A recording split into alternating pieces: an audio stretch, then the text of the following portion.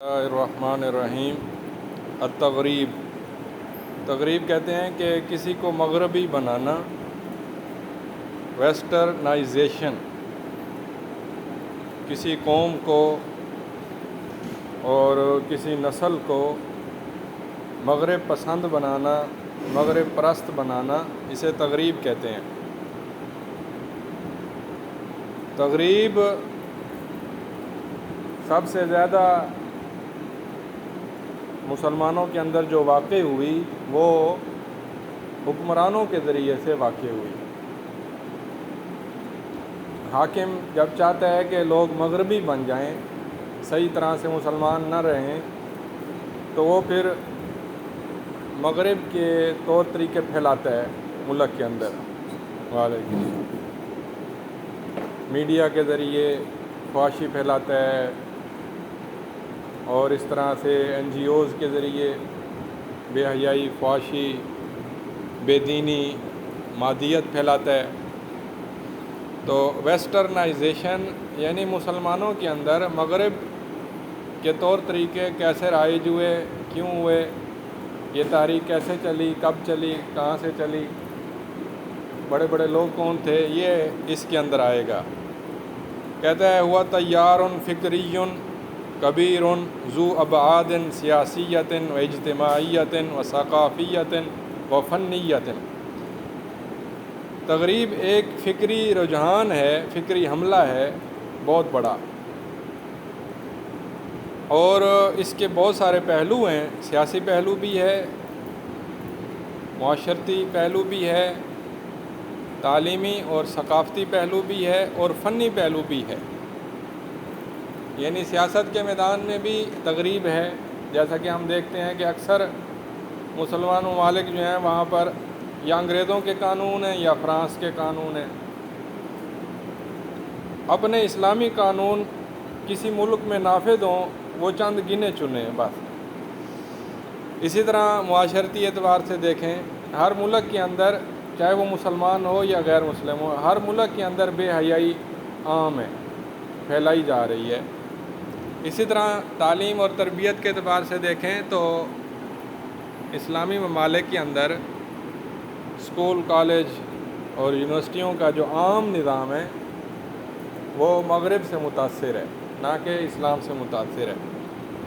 اسی طرح فن کا پہلو ہے۔ فن سے مراد ادب، لٹریچر، ناچ گانے، پینٹنگ، مصوری، رقص، موسیقی، یہ فنی چیزیں ہیں۔ تو یرمی الی صبغ الحیات الامم بعامۃ والمسلمین بخاصۃ، تغریب جو ہے یہ عام امتوں کی زندگی کو رنگ دیتی ہے، اور خاص طور پر مسلمانوں کی زندگی کو رنگ دیتی ہے مغربی اسلوب کے ساتھ۔ وذالک بہدف الغاء شخصیتہم المستقلۃ وخصائصہم المتفردۃ وجعلہم اثر الطبعیۃ الکاملۃ للحضارۃ الغربیۃ، اور یہ ہدف بناتی ہے کہ یہ مستقل شخصیتوں کو لغو کرتی ہے، یعنی جو دین پر قائم ہیں، مستقل مزاج ہیں، ان کو یہ کمزور کرتی ہے، اور ان کی جو متفرد خصوصیات ہیں، منفرد خصوصیات ہیں، ان کو کمزور کرتی ہے، اور انہیں مغربی تہذیب کی مکمل غلامی میں ڈال دیتی ہے۔ اسرا، اسیر کی جمع اسرا، قیدی بن جانا۔ یہ تغریب کی تعریف تھی۔ التاسیس و ابرز الشخصیات، تغریب کی جو بڑی بڑی شخصیات ہیں ان کی تفصیل میں جائے گا۔ کہتا ہے کہ جو مغرب پسند حکام تھے عالم اسلام کے اندر، وہ 18ویں صدی کے اختتام پر اور 19ویں صدی کے آغاز پر انہوں نے اپنے لشکروں کی جو صف بندی ہے وہ مغربی طریقوں پر شروع کر دی۔ یعنی جو عثمانی خلافت تھی، انہوں نے 1700 کے آخر میں اور 1800 کے شروع میں اپنی فوجوں کی جو ترتیب تھی وہ انہوں نے مغربی طریقوں پر شروع کر دی، اور انہوں نے مغرب کے علاقوں کی طرف اپنے طائفے، اپنے وفد بھیجنے شروع کر دیے، اور مغربی جو ماہرین تھے ان کو دعوت دی کہ وہ آئیں اور ہمارے مسلمانوں کے اندر آ کر عسکری سبق پڑھائیں اور جدید بیداری کے لیے منصوبہ بندی کریں۔ اور یہ اس وجہ سے تھا کیونکہ عثمانی سلطنت جو ہے وہ مغربی قوموں کے مقابلے میں مسلسل کمزور ہو رہی تھی۔ تو عثمانی جو بادشاہ تھے انہوں نے سوچا کہ ہم ان کا مقابلہ ایسے ہی کر سکتے ہیں کہ ہم ان کے ماہرین سے ہی مدد حاصل کر کے پھر ان کا مقابلہ کریں۔ چنانچہ انہوں نے ان کو دعوت دی، اور سب سے پہلے جو ہے سلطان محمود الثانی، اس نے 1826 کے اندر مغربی وردی کو لازم قرار دیا اپنے فوجیوں پر اور اپنے شہریوں پر برابر طور پر کہ مغربی وردی پہنے۔ حالانکہ مسلمانوں کی وردی میں پگڑی ہوتی تھی، عبائیں ہوتی تھیں، وہ انہوں نے وردیاں بدل دیں۔ یہ پہلا کام ہوا جو 1826 میں ہوا۔ اس کے بعد جو سلطان عثمانی عبد المجید تھا، اس نے ایک منشور جاری کیا 1839 عیسوی میں، جس میں اجازت دی گئی کہ غیر مسلم لوگ بھی وہ مسلمانوں کی فوج میں عسکری خدمات بجا لا سکتے ہیں۔ یہ ایک دوسرا قدم اٹھایا گیا کہ غیر مسلم فوجی بھی مسلمان فوجیوں کے ساتھ اندر داخل کر دیے گئے۔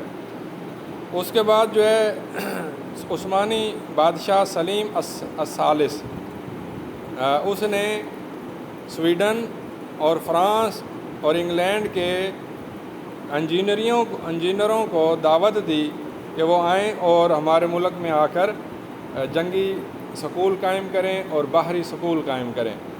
یہ انہوں نے اگلا قدم اٹھایا۔ اس کے بعد محمد علی جو مصر کا والی تھا، اس کا دور آیا، اور اس نے مصر کے اندر 1805 میں اقتدار سنبھالا، اور اس نے یورپی نظام پر اپنی فوج کو ترتیب دیا، اور اس نے جامع ازہر کے جو خریجین تھے، متخرجین تھے، ان کو تخصص کے لیے یورپ میں بھیجا کہ وہ وہاں سے پڑھ کر آئیں اور وہاں کی روشنی آ کر مصر میں پھیلائیں۔ اور جامع ازہر جو مسلمانوں کا دینی ادارہ تھا، ایسے جیسے دارالعلوم دیوبند ہے، ایسے وہ جامع ازہر مصر کا ہے۔ اسی طرح سے احمد پاشا جو ہے وہ تیونس کے اندر اس نے ایک فوج بنائی، اور اس فوج کے اندر اس نے جنگی علوم کا ایک مدرسہ بھی کھولا، اور جس کے اندر فرانسیسی اور اٹلی کے اور انگریز اساتذہ تھے اور فوجی تھے۔ یہ تیونس کے اندر یہ خرابی احمد پاشا بادشاہ نے شروع کی۔ اس کے بعد ایران کے اندر جو ہے قاجار خاندان کا ایک بادشاہ تھا، اس نے ایران کے اندر مغربی طریقے پر علوم اور فنون کا ایک کالج قائم کیا سن 1852 کے اندر۔ یہ ایران کی صورتحال میں پہلی مغربی اقدام کیا گیا۔ اس کے بعد 1860 سے مغربی تحریک جو ہے وہ لبنان کے اندر بھی اس نے اپنے کام کا آغاز کیا، اور اس طرح سے لبنان سے کچھ لوگ بھیجے گئے، اور وہ جا کر یورپ سے پڑھ کر آتے اور واپس آ کر وہ مغربیت پھیلاتے تھے۔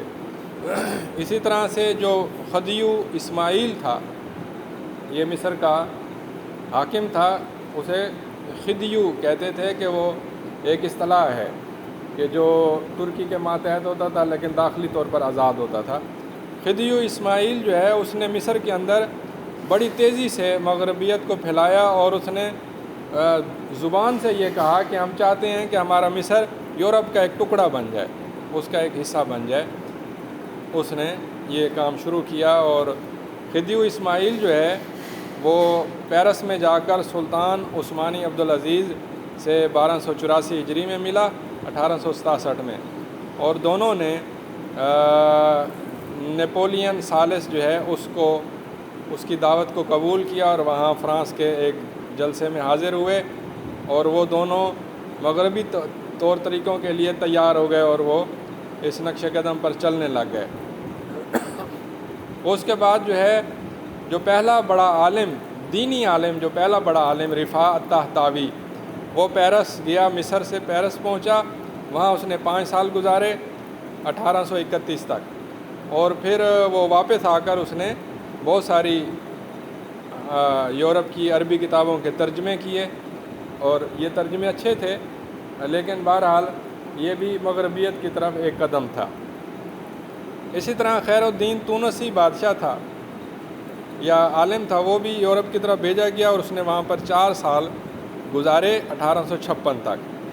وہ بھی واپس آ کر سیکولر طریقوں پر افکار لے کر آیا۔ اس کے بعد 1830 سے یورپ سے لوٹنے والے جتنے بھی لوگ آئے، انہوں نے والٹیئر کی کتابوں کے ترجمے کیے، روسو کی کتابوں کے ترجمے کیے اور مونٹیسکو کی کتابوں کے ترجمے کیے۔ یہ مغربی مفکرین تھے جن کے افکار ادب کے میدان میں اور فکر کے میدان میں یورپ میں پھیلے تھے، تو وہاں سے یہاں پر منتقل کیے گئے۔ ان تمام لوگوں کے جو افکار تھے وہ دین کے مخالف تھے، اور اس میں سیکولرزم تھا کہ یعنی دین کو دنیا سے الگ کر دیا جائے، دین کو سیاست سے الگ کر دیا جائے۔ یہ چیز العلمانیہ کے موضوع میں گزر چکی ہے۔ اس کے بعد کرومر ایک انگریز تھا، اس نے ایک کالج قائم کیا فیکٹوریا اسکندریہ کے اندر، اور وہاں سے اس نے حاکموں اور لیڈروں کے بچوں کو دعوت، تربیت، تعلیم دینا شروع کر دی، اور اس نے انگریزی طور طریقے سکھانے شروع کیے، اور یہ ایک مستقل اس کام کا ایک کالج بن گیا۔ اسی طرح سے لارڈ لوئد ایک برطانوی نمائندہ تھا مصر کے اندر، اس نے بھی ایک کالج کھولا 1936 کے اندر، اور یہ سارے جو ہیں انہوں نے مغربی اور برطانوی طور طریقوں کو رائج کرنے کے لیے مصر کے اندر کوششیں کیں۔ اس کے بعد جو شام کے نصارہ تھے، میں نے پہلے بھی بتایا تھا کہ مصر، شام، فلسطین، یہاں پر عیسائی قدیم دور سے صدیوں سے آ رہے تھے۔ یہ کوئی یورپ سے منتقل ہو کر نہیں آئے تھے، بلکہ یہ نسل در نسل یہاں پر موجود تھے۔ اور جب مغربی حملہ ہوا، جو پہلے سے عیسائی تھے انہوں نے کہا کہ لبیک، آ جائیں، ہم آپ کے ساتھ تعاون کریں گے۔ جیسے برِ صغیر میں انگریز آئے نا، تو ہندوؤں نے انگریزوں کے ساتھ مل کر مسلمانوں کی پٹائی کی، اور انگریزوں کے ساتھ مل کر انہوں نے مسلمانوں کو پیچھے دھکیلا، اور کانگریس قائم ہوئی۔ کانگریس کے جو تھے انگریزوں کے ساتھ گہرے تعلقات تھے، مسلم لیگ دونوں کو اچھے نہیں لگتے تھے۔ تو اس طرح سے شام کے اندر جو عیسائی تھے، انہوں نے سب سے پہلے مغربی طور طریقے اختیار کرنے شروع کیے، اور انہوں نے بڑی تیزی دکھائی، فرانسیسی ثقافت کو اپنایا، انگریز ثقافت کو اپنایا، اور وہ آزاد سیکولر نظام کے حامی بن گئے، اور انہوں نے جو عثمانی بادشاہت یا عثمانی سلطنت کے ساتھ جو دوستی کا احساس تھا وہ پہلے بھی نہیں تھا، اس کو بالکل ہی ختم کر دیا۔ وہ مغربیت کے ساتھ متاثر ہوئے اور انہوں نے اس کی اقتداء کی دعوت دی، اور انہوں نے یہ جو شام کے نصارہ تھے، انہوں نے جتنے رسالے نکالے ان تمام رسالوں کے اندر انہوں نے مغربیت کی دعوت دی۔ اسی طرح جو شام کے جو ادبی ماہرین تھے یا لغت کے جو ماہرین تھے یا جو علوم اور فنون کے ماہرین تھے، ان میں ایک ناصف یازجی تھا، 1871 میں فوت ہوا، اور اس کا بیٹا ابراہیم یازجی۔ ان کے امریکیوں کے ساتھ بڑے گہرے تعلقات تھے۔ اس کے بعد بطرس البستانی، یہ ایک اور عیسائی تھا جو مقامی عیسائی تھا۔ اس نے 1883 میں فوت ہوا، اور 1863 کے اندر اس نے ایک مدرسہ قائم کیا جو عربی لغت اور جدید علوم کا ایک مدرسہ تھا۔ تو یہ پہلا عیسائی تھا جس نے وطنیت کا نعرہ بڑے زور شور سے لگایا، اور اس نے کہا کہ حب الوطن من الایمان، وطن سے محبت ایمان کا حصہ ہے۔ یہ کوئی حدیث نہیں ہے، یہ اس نے ایک نعرہ لگایا اپنی طرف سے، کیونکہ یہ جو لادینیت ہے یا مغربیت ہے، یہ دین کی بجائے قومیت، رنگ، نسل، زبان کو اہمیت دیتی ہے، اور اس کو زیادہ نمایاں کرتی ہے اور اس کو ابھارتی ہے۔ تو بطرس بستانی جو ہے اس نے ایک صحیفہ نکالا، رسالہ یا اخبار نکالا الجنان 1870 کے اندر، اور یہ 16 سال تک جاری رہا، اور اس کے بعد اس نے بہت ساری کتابوں کے ترجمے کیے، تورات کا بھی ترجمہ کیا امریکیوں کے ساتھ مل کر۔ ایک اور عالم جو ہے عیسائی عالم جو جورجی زیدان تھا، یہ مقامی عیسائی تھا لیکن یہ مسلمانوں میں پلا بڑھا اور یہ بہت بڑا تاریخ دان بن گیا، اور اس نے مسلمانوں کی تاریخ لکھی، اور یہ 1914 میں فوت ہوا، اور اس کا مجلہ ہے الہلال مصر کے اندر، اور یہ 1892 میں جاری رہا، اور اس مجلے اور اس مصنف کی جو تعلقات تھے وہ امریکیوں کے ساتھ تھے۔ اس نے مسلمانوں کی تاریخ کی کہانیوں کا ایک سلسلہ لکھا جو مسلمانوں اور اسلام کے اوپر الزامات اور تہمتوں اور افتراءات سے لبریز تھا۔ جورجی زیدان کے نا چھوٹی چھوٹی کہانی ہیں، جیسے ہمارے یہاں پر نسیم حجازی ہے نا، نسیم حجازی تو بڑا اچھا ناول نگار ہے، وہ دین کی محبت سے انسان کو بھر دیتا ہے، ہیروؤں کا کردار بڑا اچھا دکھاتا ہے، محمد بن قاسم ہیں یا جو بھی ہیں۔ تو لیکن جورجی زیدان نے جو تاریخی ناول لکھے یا کہانیاں لکھیں، اس کے اندر اس نے مسلمانوں کا جو ہے نا مسلمانوں کا جو شکل و صورت بڑی بگاڑ کر دکھائی۔ اگر اردو میں آپ نے پڑھنا ہو نا تو میں آپ کو ایک نام تجویز کروں گا، میرا خیال ہے کہ صادق صدیقی ہے شاید، جس نے تاریخی ناول لکھے نسیم حجازی کے مقابلے پر۔ اس میں وہ دکھاتا ہے کہ ہیرو جو ہے وہ لڑتا بھڑتا ہے، مسلمانوں کا ہیرو کافروں کی جو ہے نا صفیں الٹ دیتا ہے، اور بہت بہادری سے لڑ بھیڑ کر واپس آتا ہے، تو پھر اپنی جو محبوب ہے اس کو گلے میں لگا لیتا ہے اور اس کو جو ہے نا اس کو چمٹا لیتا ہے۔ یعنی اس طرح کی کہانیاں وہ لکھتا ہے صادق۔ نسیم حجازی تو ایسے نہیں لکھتا نا، وہ تو بڑا مہذب اور شائستہ دینی اقدار کا خیال رکھتا ہے۔ تو اور صرف یہی نہیں، مسلمان ہیرو جتنے بھی تھے انہوں نے اپنی محبوباؤں کو گلے لگا لیا، بیویاں تو چلو بیوی ہیں، محبوباؤں کو انہوں نے گلے لگا لیا۔ یہ یعنی اس طرح کے حلیہ بگاڑنے کا طریقہ اس جورجی زیدان نے کیا۔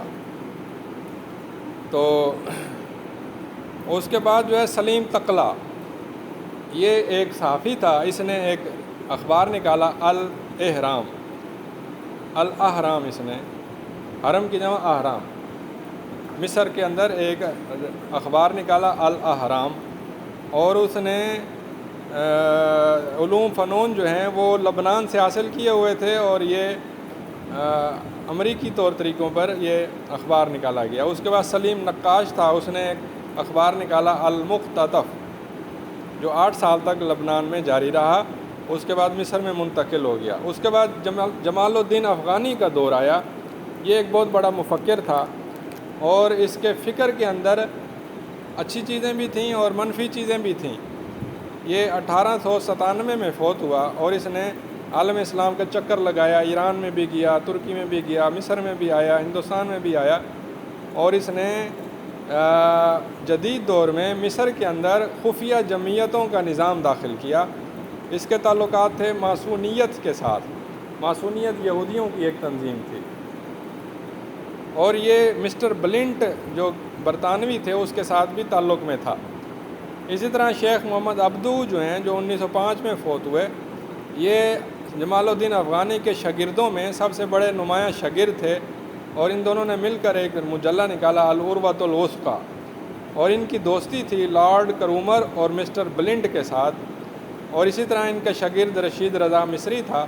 ان سب نے روایات کو، مقامی روایات کو ختم کرنے کی دعوت دی کہ رسم و رواج چھوڑ دو اور جدید طور طریقے اپناؤ، اور اسی طرح ان کے کئی ایسے فتاوی ہیں جن میں نصوص کی تعویل کی گئی، قرآن حدیث کے صحیح جو مفاہیم ہیں انہیں چھوڑ کر منفی مفاہیم بیان کیے گئے، اور ان کا مقصد یہ تھا کہ اسلام غالب آئے اور جدید مغربی تہذیب کا مقابلہ کر سکے۔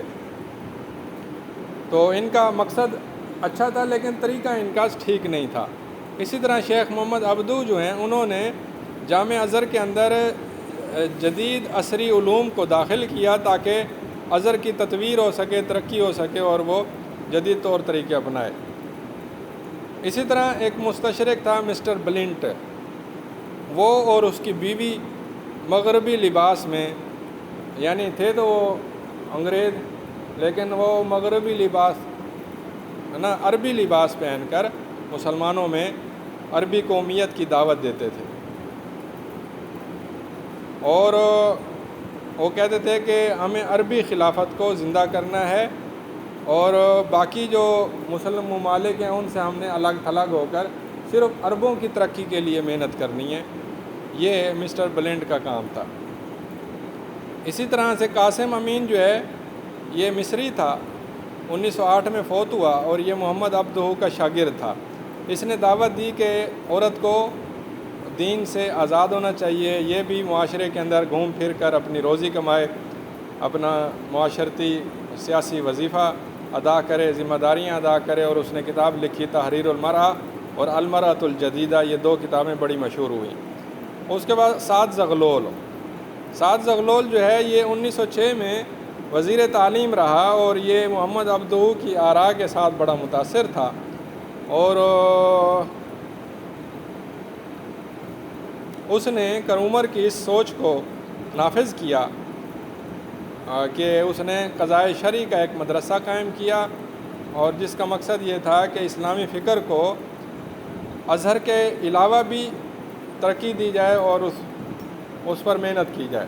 یعنی ازہر جو ہے وہ روایتی علوم کا ماہر تھا، اس نے مقابلے میں ایک اور مدرسہ قائم کیا، شرعی قضاء کا مدرسہ، جس کے اندر اس نے فکر اسلامی کو ترقی دینے کی کوشش کی۔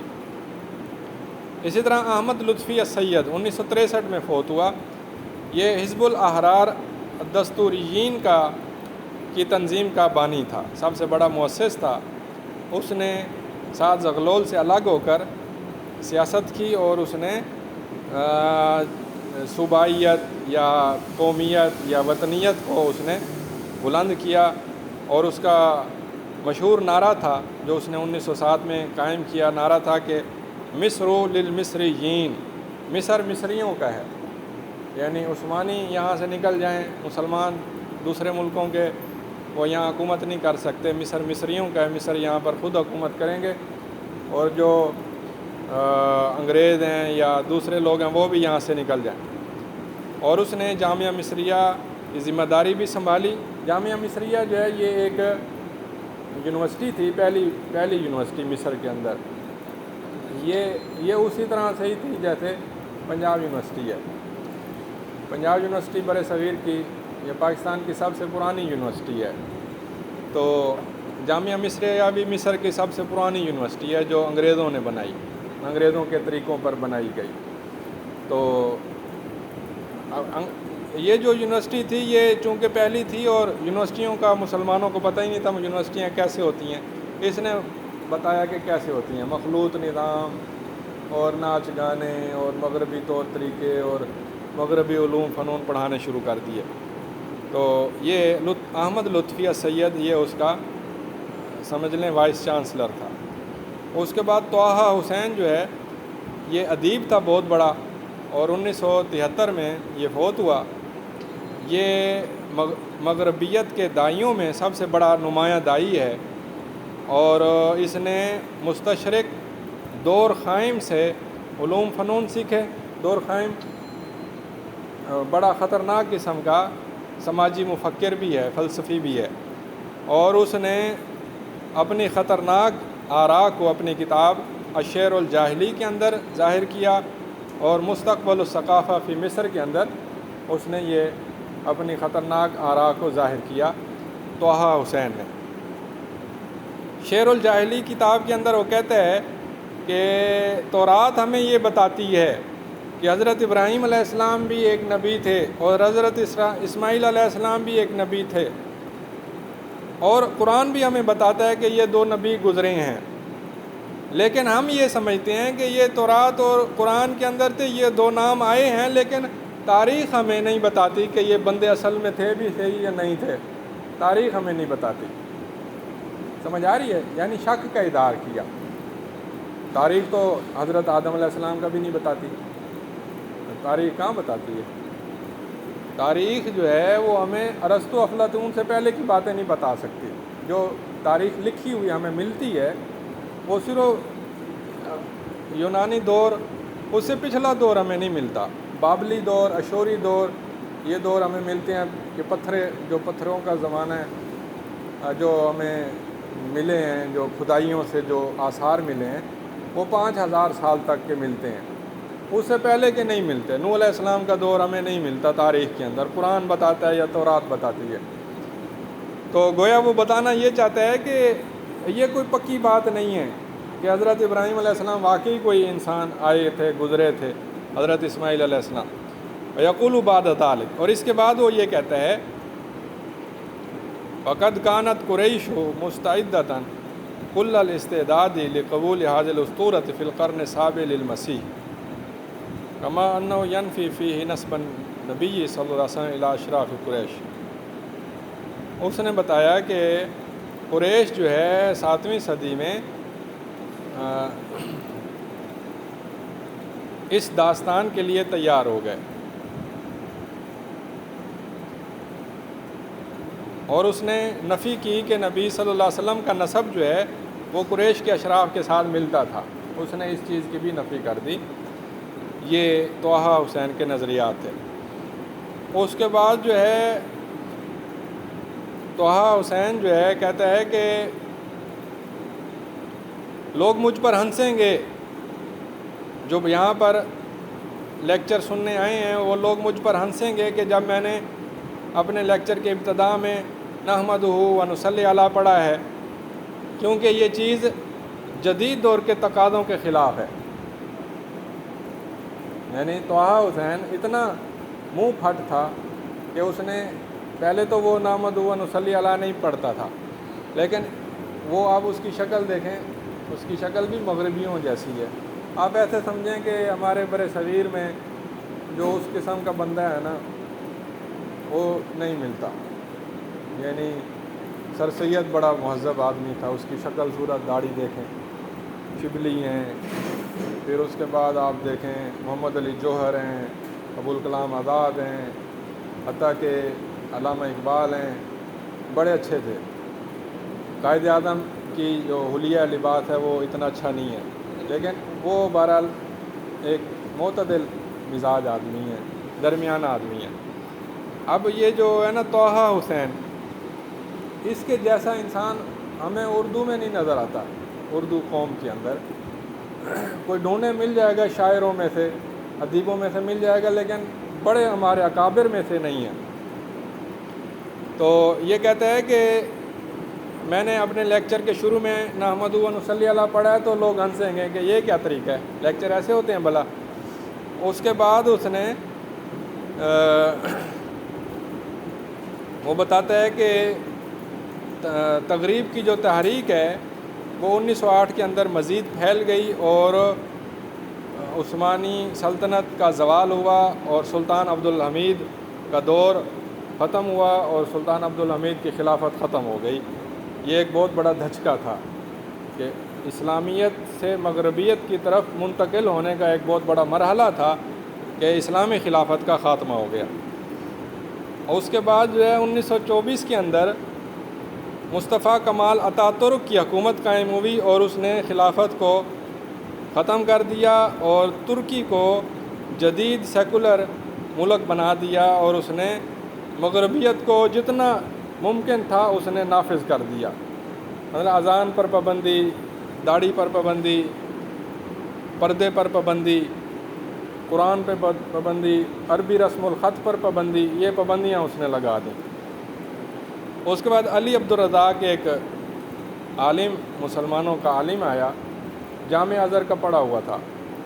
اس نے کتاب لکھی الاسلام و اصول الحکم، 1925 میں یہ شائع ہوئی، اور اس کا ترجمہ انگریزی اور اردو میں بھی ہو چکا ہے۔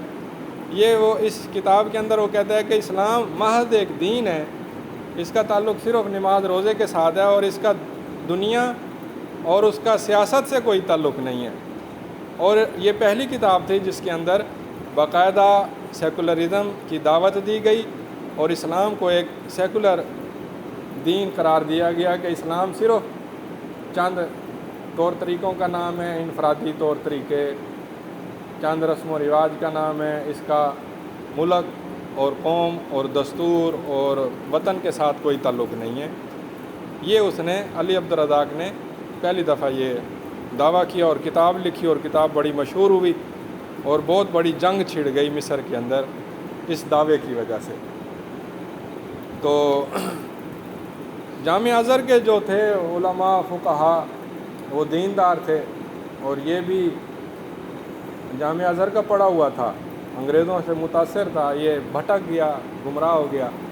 تو جامعہ ازہر کے جو انتظامیہ تھی انہوں نے اجلاس بلایا، سب نے مل کر یہ فیصلہ کیا کہ علی عبدالرزاق کو نا اس کا سرٹیفکیٹ کینسل کر دیں، اس کا جو نسبت ہے ازہر کے ساتھ اس کو ختم کر دیں، اور اس کے جو قوائف ہیں ہمارے رجسٹروں میں وہاں پر اس کو بے دخل کر دیں، اس کا آئندہ سے جامعہ ازہر کے ساتھ لا تعلقی کا اعلان کر دیں کہ آئندہ سے یہ اپنے آپ کو ازہری نہیں کہلا سکتا۔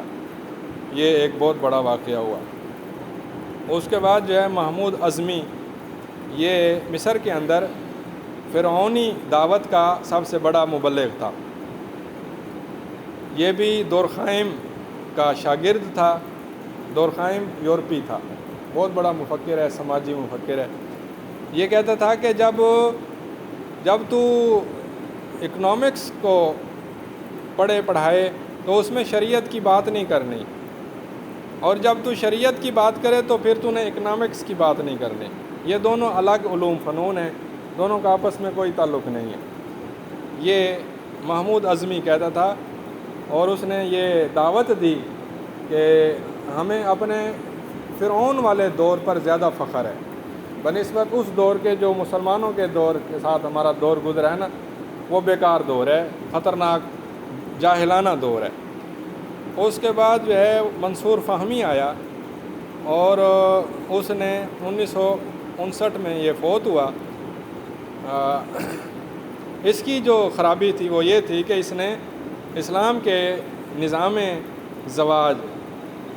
ازدواج یا آئلی نظام پر اس نے شدید طعن اور تشنیع کیا۔ اس نے کتاب لکھی حالت المرأتی فی التقالید الاسلامیتی و تطوراتها، اور اس میں وہ کہتا ہے کہ حضرت محمد صلی اللہ علیہ وسلم باقی سب لوگوں کے لیے کچھ اور قاعدہ قانون بناتے ہیں اور اپنے لیے کچھ اور بنا لیتے ہیں، باقیوں کو کہتے ہیں کہ 4 شادیاں کرنی ہیں، خود 11 کر لیتے ہیں۔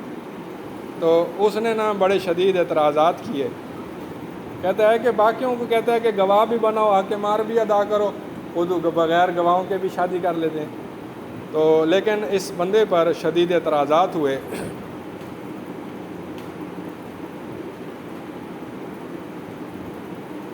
اور یہ طٰہٰ حسین کے ساتھ شریک تھا۔ اس کے بعد اسماعیل مظہر ہے، یہ بھی مغرب پسند لوگوں میں سے ایک تھا، اور یہ شروع میں تو مغرب پسند تھا، پھر بعد میں یہ اپنے افکار سے منحرف ہو گیا اور واپس لوٹ آیا، دیندار بن گیا۔ اسی طرح ذکی مبارک تھا، یہ بھی طٰہٰ حسین کے شاگردوں میں سے تھا۔ مستشرقین کے پاس پڑھنے گیا، وہاں سے پڑھ کر واپس آیا، اور اس نے آ کر ایک ڈاکٹریٹ کا مقالہ پیش کیا جس میں امام غزالی اور مامون الرشید پر سخت اس نے حملے کیے اور ان کو برا بھلا کہا اور ان کے اوپر طعن اور تشنیع کیے، لیکن بعد میں یہ بھی دیندار بن گیا اور اچھا ثابت ہوا، اور اس نے اپنے مقالے سے رجوع کر لیا، اور اس نے نیا مقالہ لکھا جس میں وہ لکھتا ہے الیکا اعتذر ایھا الغزالی، اے امام غزالی میں آپ سے معذرت کرتا ہوں۔ یہ اس نے ایک نیا مقالہ لکھا۔ تو یہ آپ کو ایک بڑا اہم واقعہ سناؤ۔ مصر کے اندر ایک بہت بڑا مفکر تھا، اس نے نا ایک کتاب لکھی جس میں اس نے دعوت دی کہ اسلام کا سیاست سے کوئی تعلق نہیں ہے۔ وہ بندہ اچھا تھا، اس کا نام مجھے یاد نہیں ہے، میں پھر کسی دن بتاؤں گا آپ کو۔ وہ کتاب اس نے لکھی اور دلائل شواہد پیش کیے جو اس کے ذہن میں تھے۔ فطرتاً وہ اچھا بندہ تھا۔ جب اس کی کتاب نشر ہوئی، اشاعت ہوئی، مقبول ہوئی، انگریزوں نے اسے بڑا پسند کیا کہ یہ تو ہماری پسند کی کتاب ہے اور ہمارے موقف کے عین مطابق ہے۔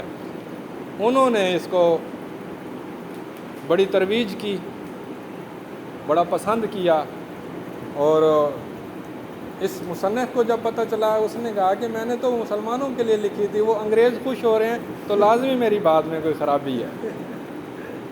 اس نے دوبارہ سوچ و بچار کی، علماء سے ملا، ان کی رائے لی، کتاب پر تبصرے ہوئے، نقد آیا، اس نے پوری چھان بین کی، پھر اس نے رجوع کیا، اور اس نے جو رجوع کیا کمال کر دیا۔ اس نے رجوع اس نے یہ کیا کہ اس نے اخبارات میں اشتہار دیے کہ میری اپنی پچھلی کتاب کے ساتھ میرا اب کوئی تعلق نہیں ہے، میں اس سے رجوع کرتا ہوں۔ ریڈیو کے اندر، ٹی وی کے اندر، اشتہاروں کے اندر اس نے خوب پھیلایا کہ میرا اب اپنے پچھلے موقف سے کوئی تعلق نہیں ہے، میں پہلے گمراہ تھا، اب میں اچھا بن گیا ہوں۔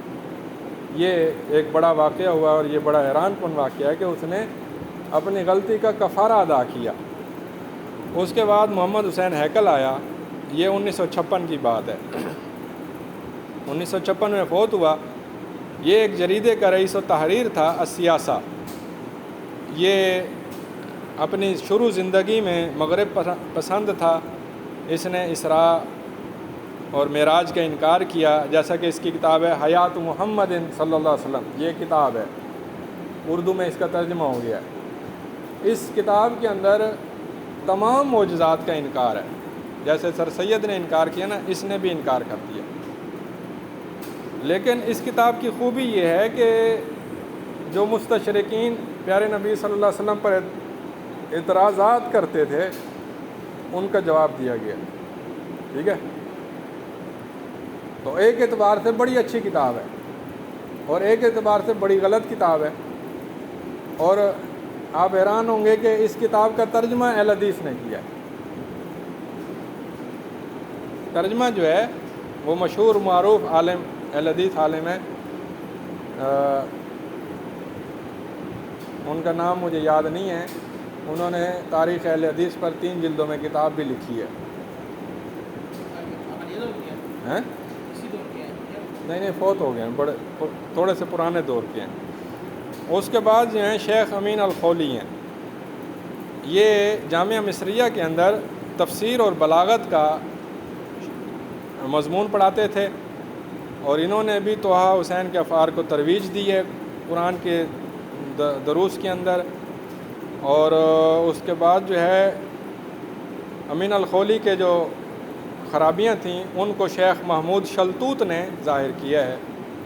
اس کے بعد شبلی شمیل ہیں، 1917 میں یہ فوت ہوا، اس نے بھی سیکولرزم کی دعوت دی، اور یہ مصری مفکرین تھے جنہوں نے بڑے زور شور سے اسلام کے خلاف سیکولرزم کی دعوت دی۔ آپ نے دیکھا کتنے یہ بڑے لوگ ہیں، ادب کے میدان میں بھی طہ حسین جیسا، اور سیاست کے میدان میں بھی بڑے بڑے مفکر ہیں، سعد زغلول، اور دینی علوم کے میدان میں محمد عبدہو ہے، اور اسی طرح سے معاشرتی میدان میں قاسم امین ہے، اور قومیت کے میدان میں، وطنیت کے میدان میں بھی لوگ ہیں۔ ہر میدان میں بڑے بڑے مفکر گزرے ہیں۔ اگر ہم ان کے مقابلے میں بر صغیر کو دیکھیں تو ہمیں طہ حسین جیسے کچھ لوگ مل جاتے ہیں، جیسے نیاز فتح پوری ہے نا، نیاز فتح پوری ملحد تھا، یہ بھی دین کا مذاق اڑاتا تھا، اور بہت بڑا یہ صحافی تھا، ادیب تھا، اس نے بھی وہی کام کیا جو طہ حسین نے کیا۔ اسی طرح سے مسلمانوں کے اندر جو قومیت ہے، جیسے مصر میں نعرہ لگایا نا کہ ہمیں فرعونیت پر فخر ہے، ایسے بر صغیر کے اندر ہمیں اپنے ہندوستانی ہونے پر فخر ہے۔ یہ نعرہ اس زور شور سے نہیں لگایا گیا، علامہ اقبال شروع میں کچھ باتیں ایسے کرتے تھے، لیکن بعد میں انہوں نے اس سے رجوع کر لیا، اور یہ بر صغیر کے مسلمانوں میں اسلام پر فخر زیادہ نظر آتا ہے، نہ کہ قومیت پر فخر، اور شاید یہی وجہ ہے کہ پاکستان جو ہے وہ اسلام کی بنیاد پہ بنا ہے، نہ کہ کسی اور بنیاد پہ۔ تو البتہ یہ کہ ایک مسلم نیشنلزم ایک الگ سے ایک چھوٹا سا فتنہ ہے، چھوٹا یا بڑا، یہ ایک الگ فتنہ ہے جسے الگ سے سمجھنے کی ضرورت ہے۔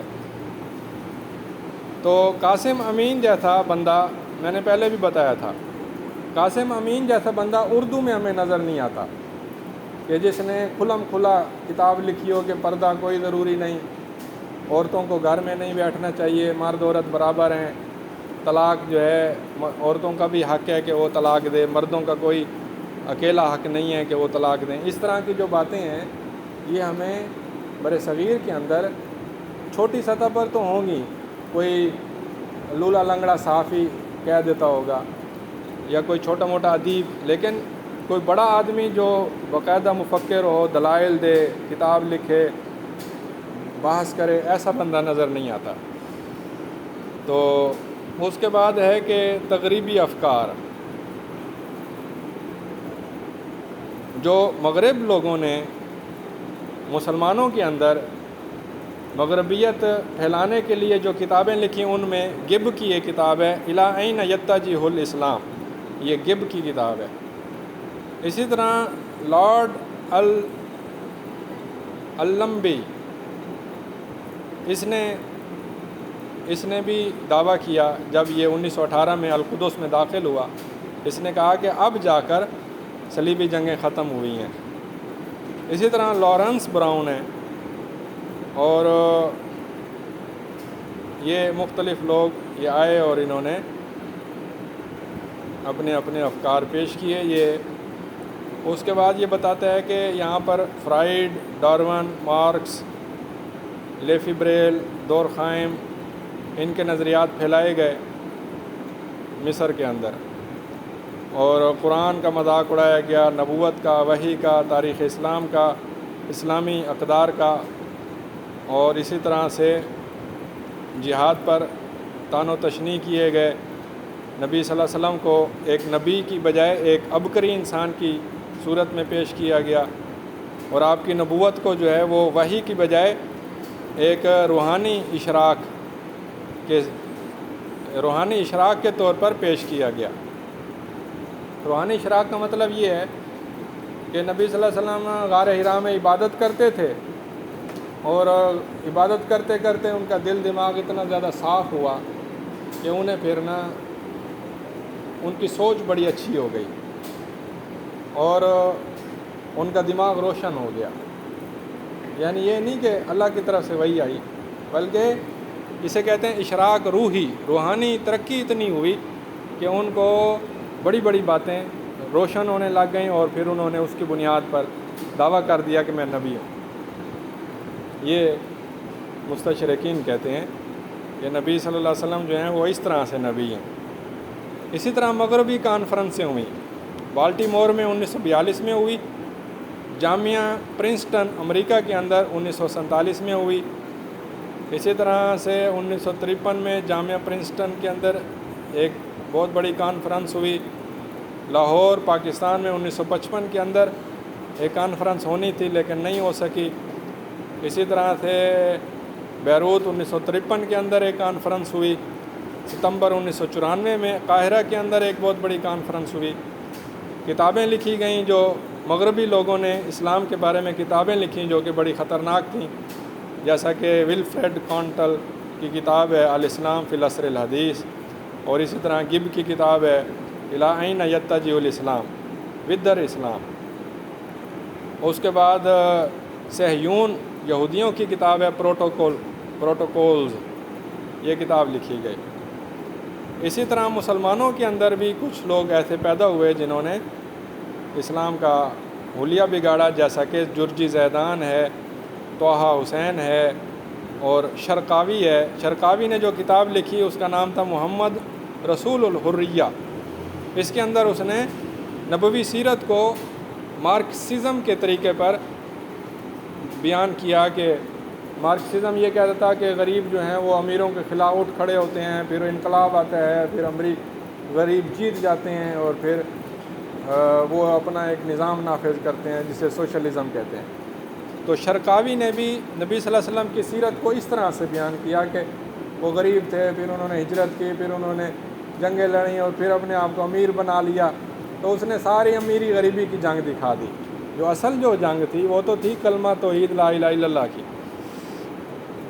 اس کے بعد اس نے بتایا کہ مغربیت کی جو جڑیں ہیں وہ کہاں پر پھیلی ہوئی ہیں۔ صلیبی جنگوں کے ساتھ اس کا تعلق اس نے ظاہر کیا، اور پھر اس کے بعد جو ہے اس نے عثمانی سلطنت کے جو آخری ایام تھے کہ جس کے اندر عثمانی فوجوں کو جدید مغربی طریقوں پر ڈھالا گیا، اور پھر اس کے بعد جو ہے استعماری دور آیا اور اس کے ساتھ اس کا تعلق ظاہر کیا، اور پھر اس کے بعد اس نے بتایا کہ مغربی تحریک مسلمانوں کے اندر کتنی دور تک پھیلی۔ مثلا وہ بتاتا ہے کہ یہ مصر میں بھی پہنچی ہے سب سے پہلے، شام میں، ترکی میں، انڈونیشیا میں، مغرب عربی میں یعنی مراکش وغیرہ کے اندر یہ پہنچی ہے، اور پھر اس کے بعد کوئی مسلمان ملک ایسا نہیں ہے کہ جو انگریزی مغربی اثرات سے خالی ہو۔ یہ اس کے بعد اس نے کتابوں کا نام تعارف کرایا کہ حصوننا محددۃ من داخلہا، محمد حسین کی کتاب ہے، اور العالم الاسلامی والمقاعد الدولیہ، الاتجاہات الوطنیہ، الاسلام والحضارۃ الغربیہ، یہ مختلف کتابیں اس نے بیان کی ہیں، اور یہاں پر یہ موضوع ہمارا ختم ہوتا ہے۔